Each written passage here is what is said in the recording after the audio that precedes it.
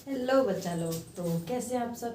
तो इससे पहले हम इसके 3 चैप्टर पढ़ चुके हैं।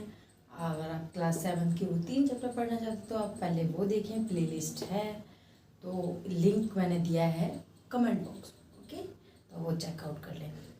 अब स्टार्ट करते हैं हम।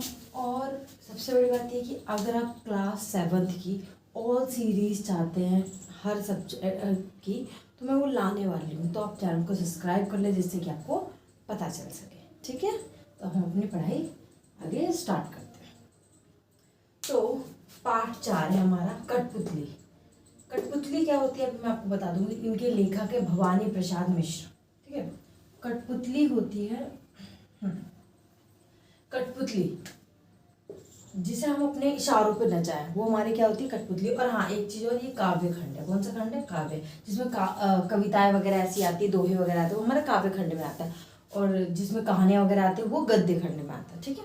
तो हमारा काव्य खंड। तो अब स्टार्ट करते हैं। ये आपको समझ में आ गया होगा। अब मैं आपको गुड़िया बना के, जैसे कठपुतली मान लो, ड्राइंग तो मेरी बहुत बेकार है बट फिर भी आई ट्राई नहीं हो रही, कर रही मैं, बस ये जस्ट ऐसे ही करके दिखा रही हूँ मैं। ड्राइंग पे तो मत ही जाना, पढ़ाई पे चले जाना बस, ठीक है। तो ये ऐसे ऐसे करके हाथों पे, और पैर होंगे ना अलग से ऐसे से, तो पैरों पे कंट्रोल किसका होता है? जो कठपुतली को चला रहा होता है, ठीक है। तो कठपुतली की ही हम स्टोरी पढ़ने वाले हैं। तो स्टार्ट करते हैं। अपनी बुक खोल के बैठे, जैसे कि मैं हर एक वीडियो में आपको बोलती हूँ कि बुक खोल के बैठे, फिर अपनी पढ़ाई स्टार्ट करें। तो स्टार्ट करते हैं। कठपुतली गुस्से से उबली, बोली, यह धागे क्यों है मेरे पीछे आगे, इन्हें तोड़ दो, मुझे मेरे पाँव पर छोड़ दो। तो कठपुतली क्या कह रही है कि जो ये मेरे आगे पीछे धागे हैं उनको तोड़ दो और मुझे मेरे पाँव पर छोड़ दो। अगर मान लो कठपुतली को उनके पाँव पे छोड़ दिया तो कठपुतली कहलाएगी। हम कठपुतली इसलिए ही कहते हैं क्योंकि वो इशारों पे चलती है, किसी वो इशारों पे चलती है, हाथों द्वारा उसे चलाया जाता है, तो इसलिए हम इसे कठपुतली। अगर मान लो छोड़ दिया गया तो एक खिलौना रह जाएगी, ना कि कठपुतली रहेगी नहीं। तो अगर आप एग्जाम में लिखोगे तो उसका भावार्थ कैसे निकालोगे वो मैं आपको समझाती हूँ, ठीक है। कठपुतली कविता की इन पंक्तियों में कवि भवानी प्रसाद, ऐसे ही आपको लिखना है जो मैं आपको बता रही हूँ।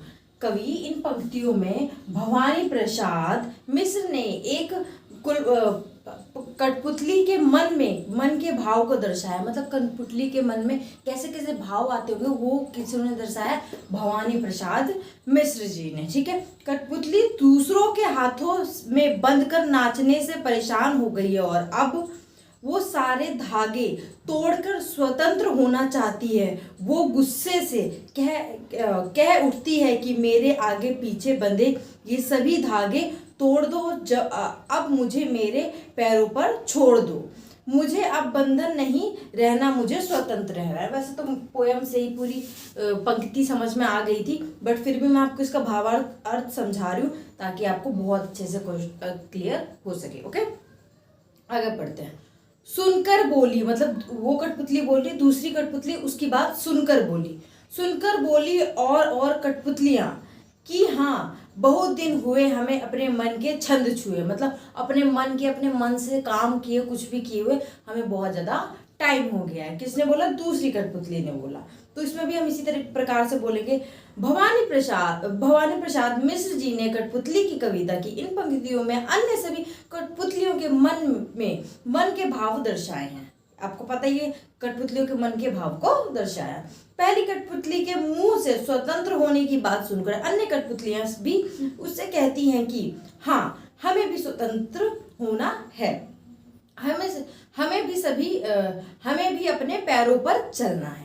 क्या सभी कह रही हैं? एक ने बोला तो सब ने बोला। मान लो कोई गलत कर रहा है किसी के साथ, तो जब कोई एक बोलता है तो उसके पीछे पीछे वो भी हाँ बोलते हैं, हाँ हाँ हाँ हाँ, हमको भी चाहिए। तो वही हाल ये भी है कि आगे आने का दम नहीं है, बट एक कठपुतली ने जो आगे बढ़ी उसके सपोर्ट में जरूर खड़े हो गए। काफी दिनों से हम यहाँ इन धागों के बंधन में बंधी हुई है। मतलब काफी टाइम हो गया हम इन धागों के बंधन में बंधे हुए, हमें खोल दो।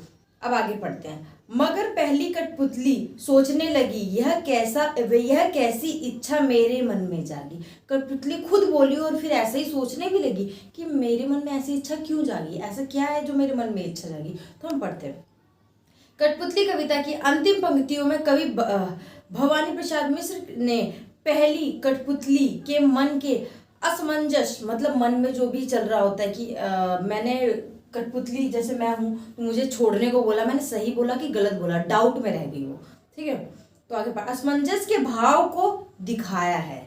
जब बाकी सभी कठपुतलियां पहली कठपुतली की स्वतंत्र होने की बात को समर्थन करती हैं तो पहली कठपुतली सोच में पड़ जाती है कि क्या वो सही रही है, मतलब जो वो कह रही हैं वो सही कह रही हैं, क्या वो इन सबकी स्वतंत्रता की अपनी ऊपर ले पाएंगी, मतलब इनकी जो स्वतंत्रता है सारी कठपुतलियों की उसकी जिम्मेदारी अपने ऊपर ले पाएंगी।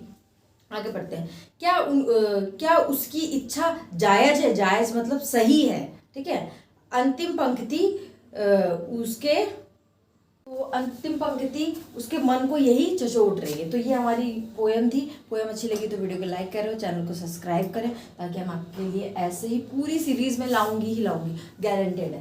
तो जल्दी सब्सक्राइब कर लें, जिससे कि मेरे को भी मोटिवेशन मिले, मुझे भी, कि मेरे सारे स्टूडेंट अच्छे से पढ़ रहे हैं और मैं भी आपके लिए ला सकूँ। Bye bye.